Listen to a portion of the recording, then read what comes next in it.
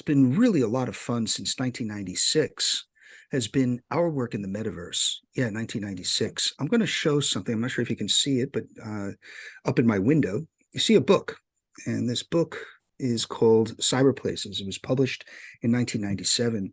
And a lot of it has to do with our screenshots of what was then the emerging world of the internet. But the internet back in that time in the late 90s was about AOL or CompuServe. Browser-based technology was just becoming, just coming along. It was the age of the dot-coms. Only a few survived. But what was interesting about that time was this notion that we could provide graphics inside of this browser thing rather than having it as a text-based type of world. So we were invited to assist with the San Francisco Giants baseball team, where they wanted to showcase their brand new stadium that was going to be moved from the suburbs into downtown San Francisco. And they wanted to showcase this for stakeholders like the mayor, the city council, things like that. But they did not want to spend a lot of money on engineering and architectural software just to show a model. So a friend of mine, Tony Parisi, down in Silicon Valley, he's a developer, and he was working on a really cool tech that was the opposite of HTML. HTML is how you create two-dimensional space for web browsers. But he was creating what was called VRML, or the three-dimensional virtual reality markup language, so that you could use a browser to actually show geographies. So we did it. We then showcased it by doing screenshots, and I wrote about it in my book, and we called it the Metaverse. So when I hear others that are talking about creating the Metaverse, I'm like, sit down and read the book. It's been done, which also means that this is not a new term. It's also not so much a new way of creating a communications vehicle, but it is an entirely new dimension. And that's what I'd like to have my brother Marbue and I talk through about what we're seeing out in the world after spending all of this time putting together all the little bits and pieces where the metaverse still isn't there yet. So when people say that they are the metaverse experts, it's like, sit down and read the book.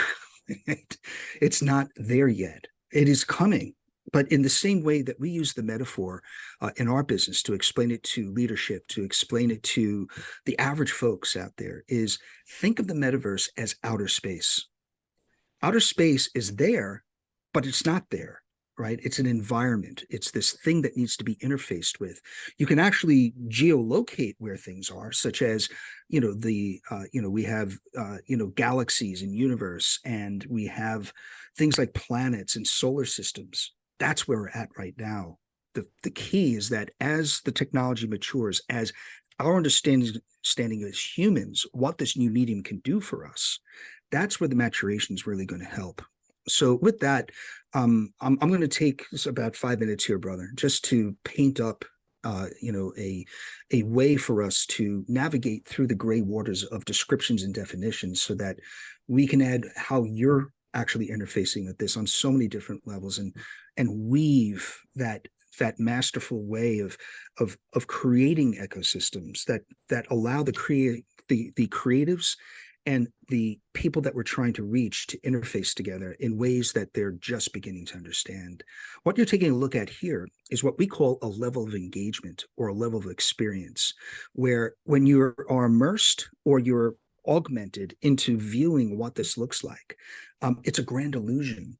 Right? These are just bits and bytes that are meant to ignite in your imagination of either being there or interpreting what can be done inside of this 3D world. This is actual examples of a high level of detail, a high level of engagement for Dubai's World Expo 2020, where we created a virtual representation of that. Some people call it a digital twin, but we like to call it a virtual world, where visual twinning is only when you have the geometries and the visuals that can mirror what's in reality. But again, you don't have to have photorealism in order to communicate with certain audiences. Sometimes you want an abstract. Let's say you're in a design and construction phase and you need to have the abstract to explain to a trade worker how things should be. And this is the work that you have to do. Other times you want it to be this wow photorealism because it's either to a wider audience or it's to a stakeholder that needs to have that moment of inspiration, say, that's what I'm getting.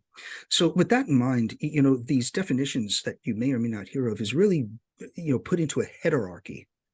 Not a hierarchy. Hierarchy is very two-dimensional, almost like a pyramid. A heterarchy are ways of looking at words, phrases, the way that we can create a taxonomy or vocabulary horizontally. Right. In our case, we do a lot, being an architect, being a real estate developer, of creating ecosystems or hierarchies that can be stacked differently for the needs for that community. Meaning that if I go to the north side of Chicago, I may have issues with education and crime and healthcare, transportation. But I go to the south side of Chicago and it can be stacked differently. But those horizontal pieces, how we tie those things together is called ontology. That means a vertical way of solving the problem. One of the best ways that we're starting to see this new medium emerge is a picture's worth 1,000 words. A 3D picture is worth 1,000,000 words, because now we have this new way of having a communications medium be something that can be, again, a level of engagement, a level of experience for that particular audience. So creatively, let's start all agreeing that the metaverse is going to be here someday in its utopian type of horizon line, but there's not going to be like a big announcement. It's not like, a social media tweet is going to come out and say, hey, the metaverse is here. This is going to be evolutionary. It'll be something over time that different communities are going to be using this in different ways. Different professions are going to be using this in different ways. And we all need to have conferences like what Maxim and his team have done here to communicate that, because we can now start benchmarking and level setting what a virtual world is. Or maybe you just need a digital twin. But the reality is here, Web3, and I think it's very clever of how they used Web 2 as that next generation after the first pioneering use of the web. Web 3 is really the web in 3D. So now, what do we do with this? And I like to take a look at benchmarks all the time. We do a lot of work in the gaming industry with the worlds that we create. Our friends over at Epic Games that have one of the top-rated multiplayer games in the world called Fortnite. Anyone that has a teenager and younger knows Fortnite probably intimately. It's a world that's been created that never ends. It's a never-ending game. It's about your participation, or you and your friends' participation at a moment in time during this environment, this game. And the cool part about Fortnite is that it has bred almost like a step-by-step learning curve for the younger generation. My son's 13. At age 4, he was all over Minecraft, right? Which allows these kids to create their 3D environments for either a game or just as a creative, right? What can I do with these tools, and how cool could it be that I could build my own house or my castle or those types of things? Then as you graduate and you mature, there's a technology called Roblox. And this allows the kids to not just create the 3D worlds, but also start to do some light coding so that it makes it personalized for them. Again, it's their tools. During the keynote, I said, and I do really truly believe this, my son is a native in this world of this cyber physical environment. I'm the immigrant. I have to learn that everything I'm doing today is not for me and our generation. It's leaving behind that legacy for the younger generation to have tools that can elevate who they are and how that they can communicate, how they can express themselves in ways that we never could. So they have a totally new set of tools, which also then says, this also has the opportunity then to be involved with other things. So when we create our 3D virtual worlds, the first thing we do is that it's a pragmatic need that we have to tell a contractor how to build a building or how to put in a bridge, any of these things that make up our cities, right? So that has a practical use. Then we take a life cycle approach. We say, right, we have this type of tool, this digital asset, and wouldn't it be really interesting if we could actually put it onto a gaming engine so the average person could walk around it, not have to learn a piece of engineering software. But where are the outputs for that? And one big one that we're seeing is in Hollywood, where Hollywood is changing its stage sets from being these very voluminous type of environments where people literally built stages and props and all that type of stuff, along with green screen technology, which then meant to put effects, not even special effects, just simple effects like shadow and reflection and things like that into the scene, which means post-production has been a huge time sink and money sink in Hollywood for years. VFX companies have built their own careers off of the inefficiencies of how people shot in an analog and now digital way.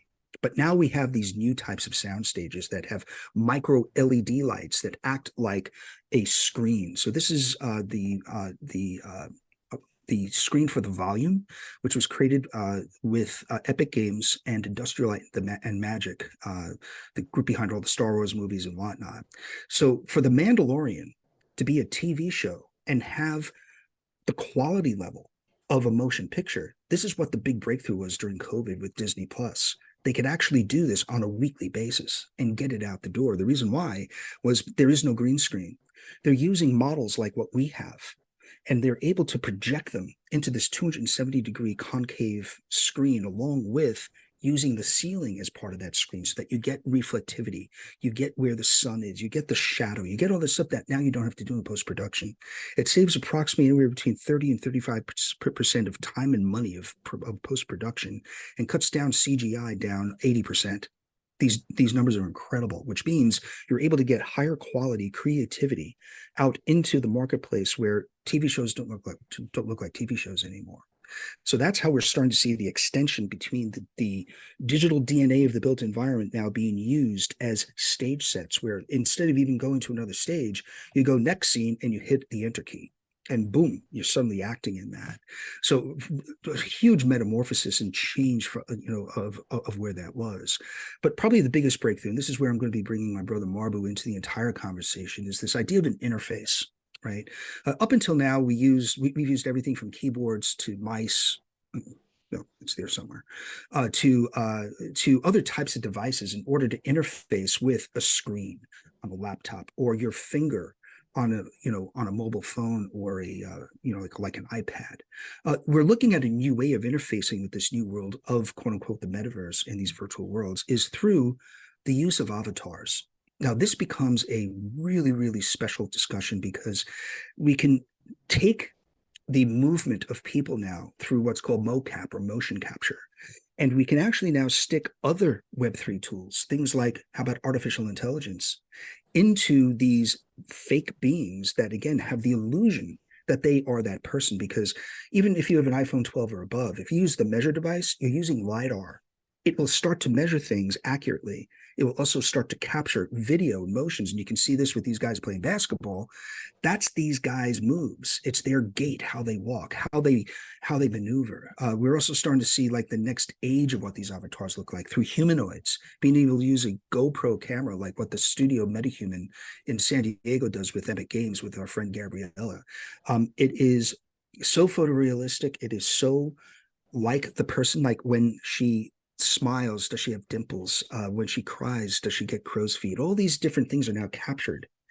The next step of this is what a lot of the talent agencies in Hollywood are doing, which is to now start to get her personality. How does she laugh? How does she move? How does she act during certain things? And with the amount of machine learning that you can do with past work of actors and actresses, you can now have the longevity of a person that never dies. One of the reasons why there's a strike going on in Hollywood, because imagine you have people that, like Bruce Willis, unfortunately he's going into dementia, but we have enough Bruce Willis isms to capture that, put it into an augmented reality and create a deep fake. And guess what? He's going to be the star of the next action movie.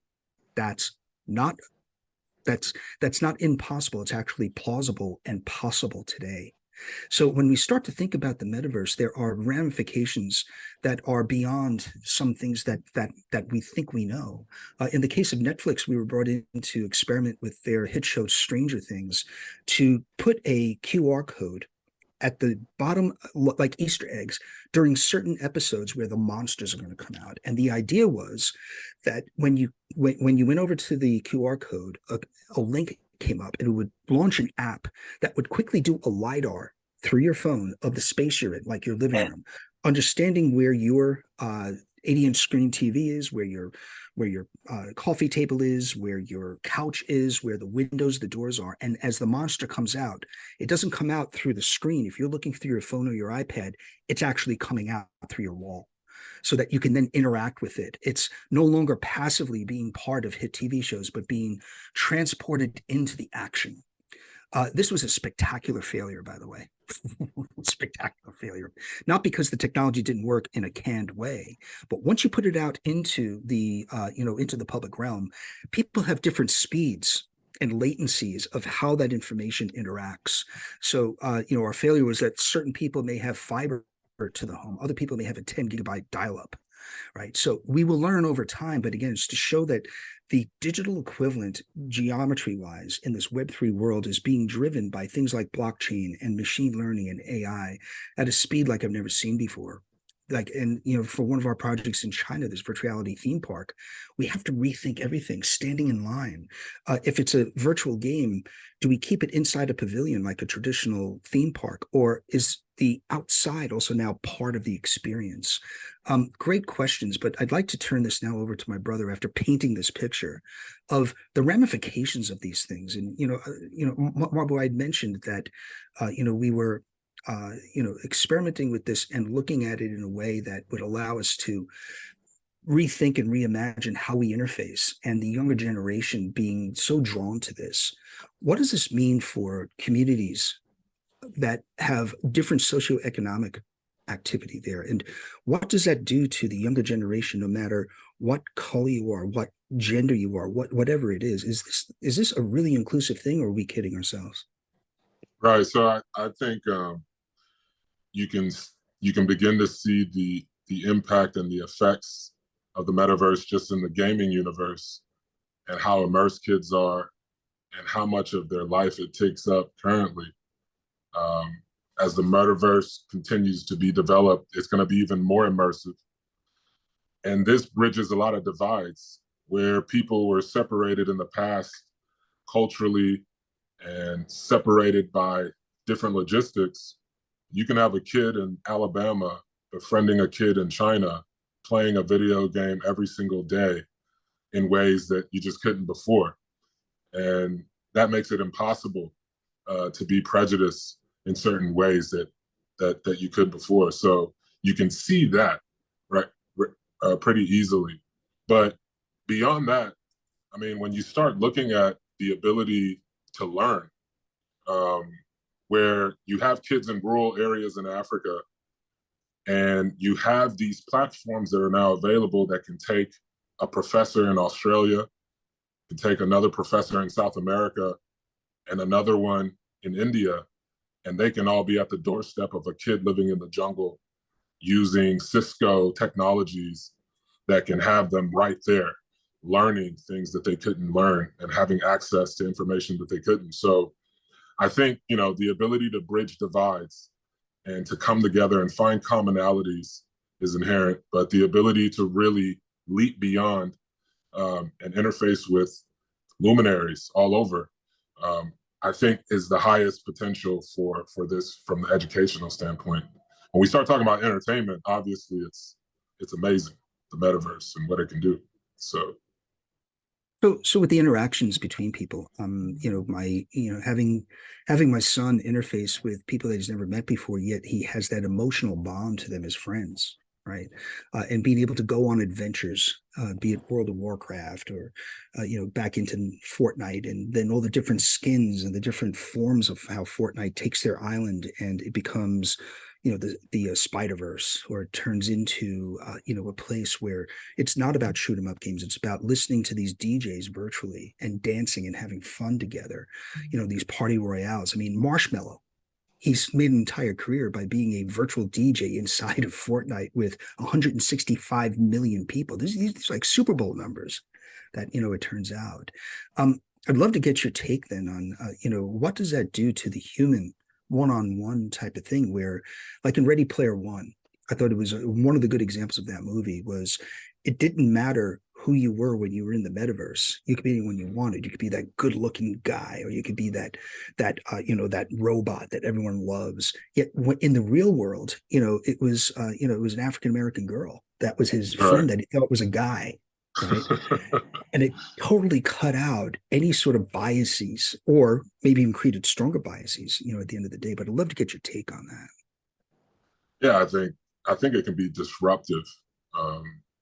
The ability to, I mean, even if you look at somebody who's handicapped, they go into these worlds and it transformed their whole experience.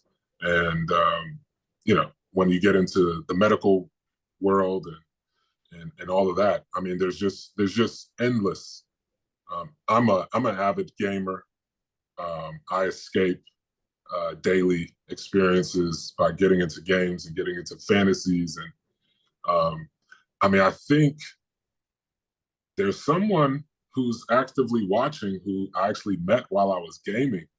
And they're also into creating artificial worlds as well. So, I mean, the world of gaming and starting to create these alternate realities can open up so much, can connect so much, can heal and restore so much, depending on who's utilizing it. The other side of it can also be equally as daunting to look at all the ways that people can actually, as you were saying, Brother Paul, they can create a whole different character than who you're interfacing with, and can, take your whole life from right up under you if you're not careful. So there's a responsibility when you start wielding these mechanisms as well that we have to carry. When the internet was emerging back in the late 90s to a maturity factor of actually trying to have this free communications vehicle become more of a financial and transactional commercial type of space. There was a gentleman out of Australia that was leading up a school of architecture, and I believe it was over at the University of Pennsylvania in Philadelphia. And he wound up going to MIT and running a lab there. And he wrote a book called City of Bits. His name's Tom Mitchell. He's since passed, but he became a bit of a mentor to me because he said, just like cities and just like Earth, we're emulating digitally now what we've always done, which is when you go into certain parts of the internet, it's going to be glitzy, it's going to be glossy. Some will be a little bit more cerebral. There'll also be bad parts of town, and it's up to you to choose if you want to go down there. I'm almost seeing that repeating itself now, almost 30 years later, in this form of the metaverse, where there'll be good spots, there'll be bad spots, there'll be cool people, there'll be bad people. And again, it gets back to those vibrations in the energy of the universe, which is just because we have a new medium doesn't mean that the humanism in behind it leaves. It's not going to be this monster. It will be something that we need to work at, just like we work at physical neighborhoods today in places that may have struggles right now with transportation, with health, with education. I'm seeing it almost exactly in parallel, that if we don't get in front of it, it will overwhelm us. I'd love to get your thoughts on that. I think that's the social responsibility. The challenge is how quickly these things move compared to the brick and mortar world. Things are moving so quickly. We have to be able to adapt quickly to correcting certain things, identifying certain things, seeing what the threats are. That sounds like a whole enterprise that needs to be established, and that gets away from why we love the internet as well, right? Because it gives us a certain freedom. So when we start getting into the metaverse and infusing the same autonomy we want to have that freedom as well. So it's a very interesting conversation, and one that I think we need a little bit more time, because we're starting to come down to the question and answer portion. But yeah, this is deeply powerful mechanism, and there's so much we can do with it. Brother, as as you saw with the digital world that I was shown there, now physically it's coming up out of the ground. I'm going to love having a front row seat and popping some popcorn with you just to watch how all this starts to morph, and where we can provide value, where everyone on this call can provide their own expertise in order to mold this piece of clay into something that can be beautiful. With that, I'd like to just wrap this up, this quick little 30-minute jaunt down into a very, very, an entire conference can be just about this itself, but it is about finding sources and resources to at least help with providing guide rails, not to put bias into place, but to provide enough resources for your own inspiration to happen. So there is a book called Smart Cities that was published this past year. It is available out there. Again, like I said during the keynote, this isn't about selling books. I don't make hardly anything on this. It's about getting the ideas out and having a discourse. The second book coming out in December is actually available for a preview and that type of thing, called Unlocking the Metaverse, and how this can be a guide for the future of the built environment. I do mean the future, because digital real estate is here. It's a matter now of who's going to mechanize it, who's going to monetize it, and most importantly, who will be the stewards that make sure that this new world that's emerging is a fertile world, that hopefully the majority of it is for inspiration, for learning, and a safe place for children and ourselves. And then finally, Marbue and I are going to be starting a podcast. Right now, it's a weekly broadcast, a podcast for launching on November 1st on Spotify, Google, and Apple. And we really would love that type of discourse with everyone on here, especially the people from the Creativity Conference. Number one, it is a fertile environment here for this exchange of ideas, and how we can together work towards a much higher goal, which is why we call it elevated business, where, getting pragmatic outputs for monetization, that's one piece of business. But I think we all have a higher calling, because we are creative and we have a much larger responsibility, an internal responsibility than others. So, Marbue, thank you as always, and I'll hand this back to Carl. That was amazing, gentlemen. Really great to hear your insights, perspectives, and to really inform of where we can take this ourselves as the artists, and as you, to borrow your to paraphrase, to sculpt this metaverse the way we should make it, as a place of as our next step, as our next generational step. That's amazing. So I'll just open up. I've got a few moments if there's any questions, or if anybody has any thoughts just on the presentation or the concepts put forward. Sammy? Hi, Paul and Marbue. Really enjoyed your talk, and really insightful. And I'm thinking a lot as well about this and the future of humanity in digital and physical environments, the future of 4D real-time smart information, and how we navigate the Cambrian explosion of artificial intelligence. So I guess my question for you both is, how are we going to navigate as a human species the increase of AI in terms of how it presents itself, as well as digital humans in these virtual environments? And how do we create this concept of proof of humanity, especially if these digital avatars have passed, the Turing test, and how do we enforce and regulate, safety for especially, impressionable children that don't know if they're talking to a chatbot, basically. Or even more scary, an agent, right? I mean, because chatbot is one form of AI. The thing that fascinates me, Sammy, is that world of AI agents, which are trained to be experts in a very focused way. Instead of having broad knowledge, they have that specific knowledge, almost like subject matter experts. One of the things that we're planning on doing with one of our large-scale projects is actually to invite in sole practitioners and small firms to work on mega projects. Why? Because we feel that there's a lot of creativity that is inhibited by not being part of like a large creative firm or a large architectural firm or something like that. And we want to break that out. We want to find those diamonds in the rough. And the way to do that is actually to take AI agents that are experts in accounting, HR, marketing and sales, back office. And now the sole practitioner doesn't have to worry about that. The second thing, though, is like, let's say there's a project and it's a library, and you've never worked on a library before. Wouldn't it be really cool to be renting for that project a subject matter expert that can help you with the understanding of the design thesis, the pre-design, the design itself, the construction, and the facility management, all with an agent? Now you're competing against the largest firms in the world with equal footing, the democratization of how to do business.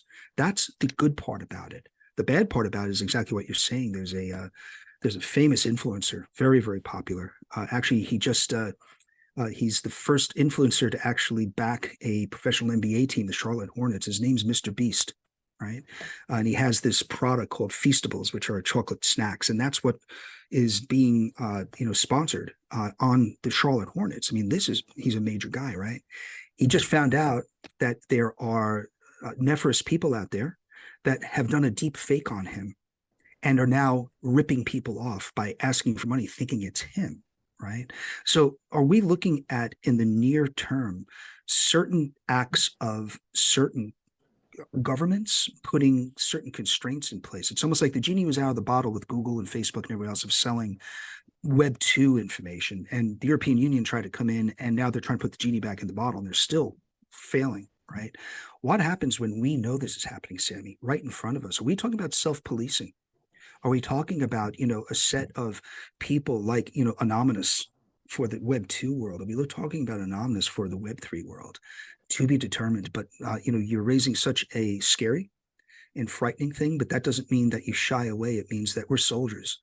And we need to be out there asking these questions, seeing that there's other people in our community, and together, not one person is going to come up with the idea, although Elon will probably take it and make $1 billion.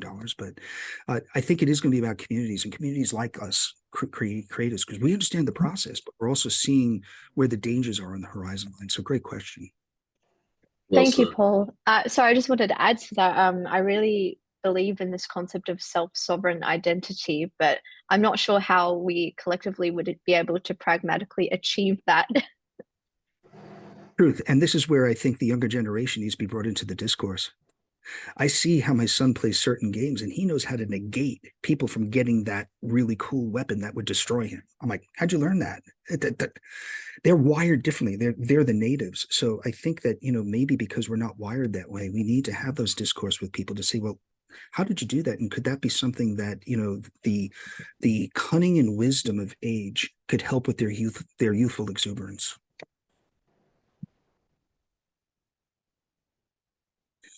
So, Carl, I do have one question. Your accent, it rings familiar. I live both in New Zealand and Australia. Are you either one? Yes, from Australia, originally from Canberra, Australia, in fact. Oh, very Living cool. in- Very, yeah, very cool. yeah. The capital, as they say, right? Absolutely, and a bit of a knockoff of Washington, DC, I'm told. Yeah, just a couple more kangaroos, but Yeah. not many. Absolutely. Yeah. In fact, I think it won't be that far away in the world we're talking about in the future. If we don't have any other questions there, then I think we might wrap it up. But to say, Question, oh, we've John? got one. Jump in. Thank you, John. Well, I'll just unmute you there. Where are we?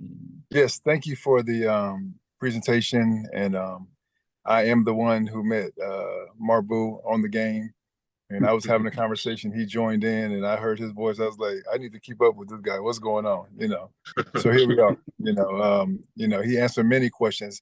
I guess I'll be to the point through this presentation and what you're envisioning, and as far as like bringing teachers to a village in Africa and things of that nature, and creating a place that's equitable, that's protective for children, and everything that's been discussed here.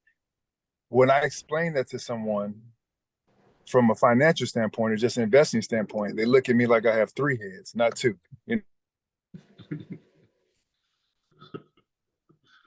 Yeah, sorry, brother, but the investable nature, brother, that you and I are constantly going through, we may not get we get more of the deer in the headlights rather than confused, right? Because we can explain it and they freeze, right? Because they know they're investable models. But it'd be great to hear your take on what we've been up against, in the investment world, brother. Yeah, he froze because I was trying to understand what his question was, but he froze mid-sentence. So I think he has to go out and come back in or something. I'm not sure. Yeah, I think he's just jumped back out. If he comes back in, we'll grab him there. Okay. But yeah,